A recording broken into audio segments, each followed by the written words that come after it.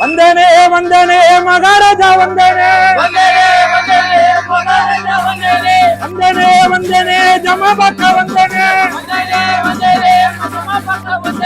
வந்தனே வந்தனே சந்தோஷத்தை தந்தனே வந்தனே வந்தனே மகாராஜா வந்தனே வந்தனே வந்தனே ஜமாபாக்கா வந்தனே. ஜமா படம் பார்க்கறதுக்காக ஜமா அப்படின்னாக்கா இது ஒரு கூத்து கலைஞரோட படம். இந்த படத்தோட இயக்குனர் பாரி இளவழகன் அவரே இயக்கி கதாநாயகனாகவும் நடிச்சிருக்காரு. அவருக்கு என் மனமார்ந்த வாழ்த்துக்கள்.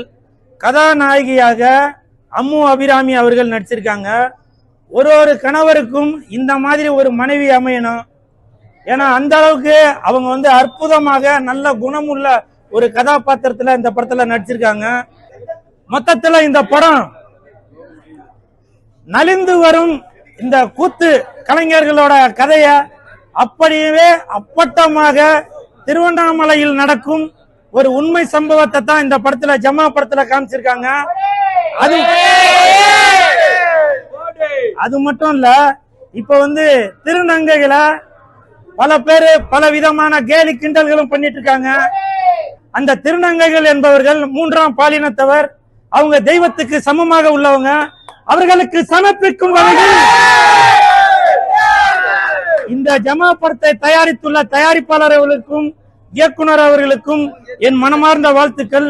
அது மட்டும் இல்ல, இந்த ஜமா படத்திற்கு கண்டிப்பாக அவார்டு கிடைக்கும். மத்திய அரசு மத்திய அரசு மாநில அரசு மாநில அரசு ஜமா படத்துக்கு ஜமா படத்துக்கு விருது கொடு விருது கொடு. மத்திய அரசு மாநில அரசு